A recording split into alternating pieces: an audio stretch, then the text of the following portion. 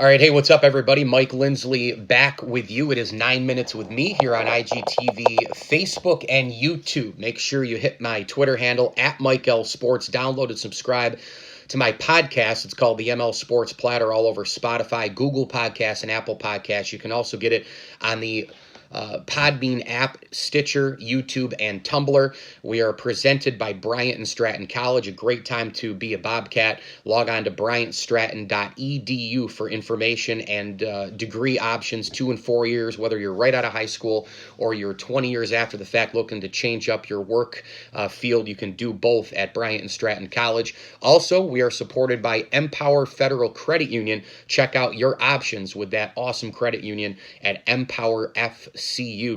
That's empowerfcu.com. The flat out fact that people are questioning CC Sabathia as a Hall of Famer is absolutely mind-boggling to me. First of all, Sabathia checks pretty much every single box to be a Hall of Famer.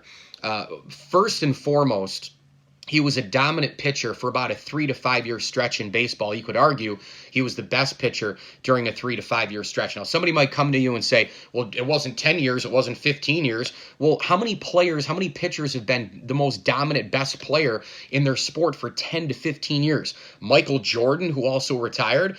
Mike Trout is possibly on his way to doing that. LeBron James, Wayne Gretzky, Sandy Koufax for 7 or 8 years. I mean, look at who we're talking about here. It's a very, very, very small group.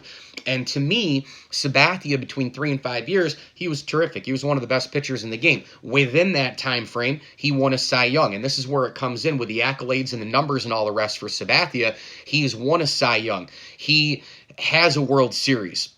He won a postseason award in terms of the 09 ALCS MVP. He's got a huge number with 3,000 strikeouts. There are only 17 guys in baseball history, 3 of which are lefties, Sabathia, Randy Johnson, and Steve Carlton, who have 3,000 strikeouts, and he will in due time this year most likely grab 250 wins, although I don't think that that's as big of a number as 3,000 strikeouts. In addition to that, Sabathia's strikeouts, a lot of them came during the height still of the offensive era when we were still getting kind of out of the steroid time during the Mitchell Report and all the rest. Home runs were still flying out of the ballpark and strikeouts were not happening as much as they are now. It's a swing for the fences mentality now. You either walk or homer or you strike out, at least most of the time. Well, CC Sabathia's strikeouts should not be deterred because he's pitched the last 4, 5, 6 years and gotten some strikeouts as well.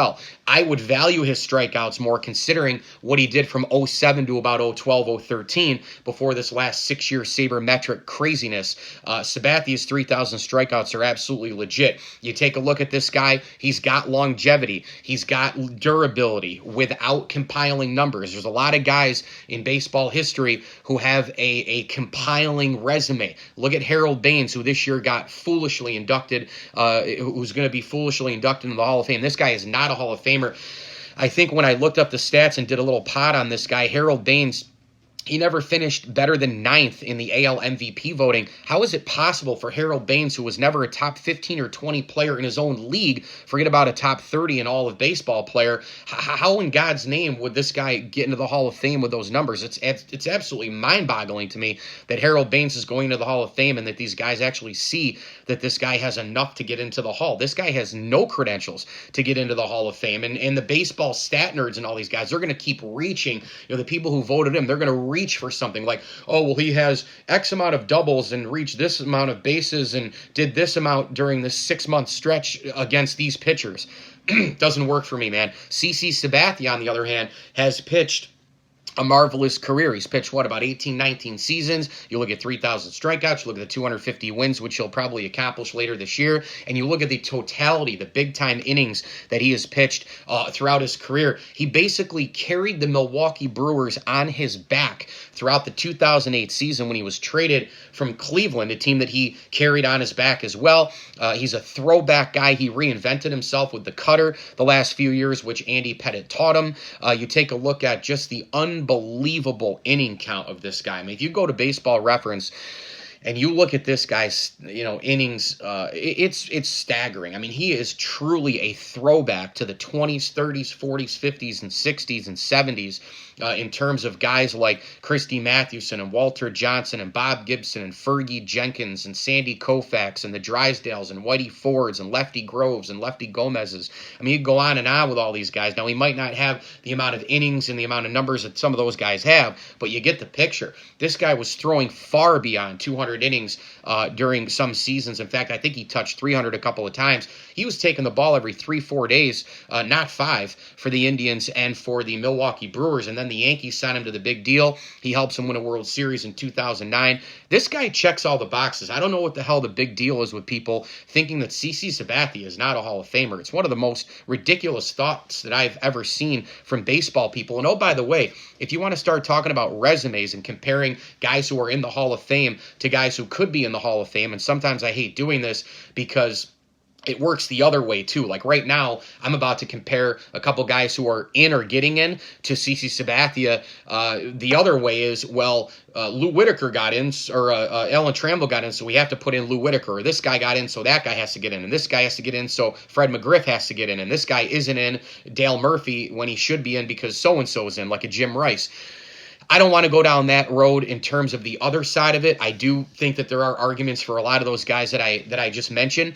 But in terms of Sabathia's pitching resume, tell me that Mike Mussina's resume is better. What are you going to throw out, the whip rate? You're going to throw out the ERA rate? You're going to throw out the era that he pitched in? CC Sabathia pitched in the same exact era. Mike Mussina was never one of the top 3 to 5 pitchers in Major League Baseball. At least CC Sabathia has the accolades for that, right? CC Sabathia also has a Cy Young, which Mike Mussina does not have. Mike Mussina, he didn't win 20 games until his last season when wins were a lot bigger than they are now. Mike Mussina doesn't have 3,000 strikeouts. Mike Mussina doesn't have the resume CC Sabathia does. He did pitch fairly well in the postseason. He's got a lot of spin rate and whip numbers and ERA and all the rest in that era that he pitched in, and that's fine. And I'm not saying that Mussina's not a Hall of Famer, but for Christ's sake, CC Sabathia, other than the high ERA, to me, he's got a better overall resume than Mike Mussina. Look at Roy Halladay, who's going in this year posthumously. I realize that he probably got in on the first ballot because he did die. Again, I'm not trying to sound insensitive, but I don't think he's a first ballot Hall of Famer.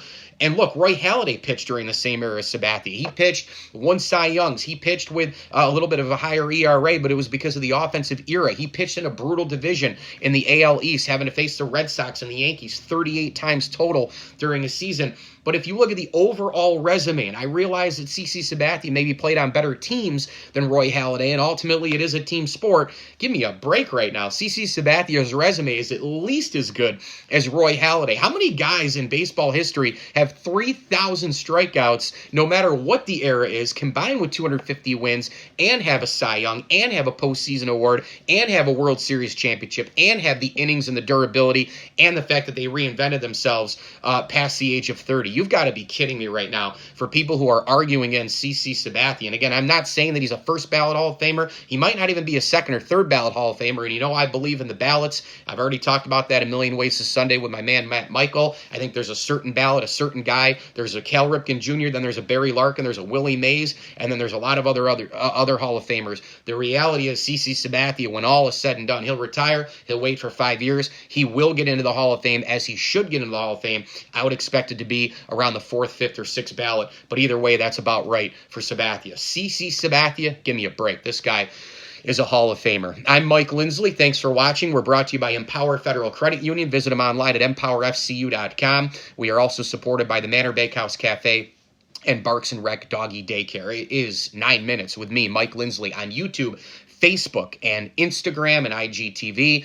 Make sure you hit me on Twitter at Mike L Sports. And as I always tell you, enjoy the games.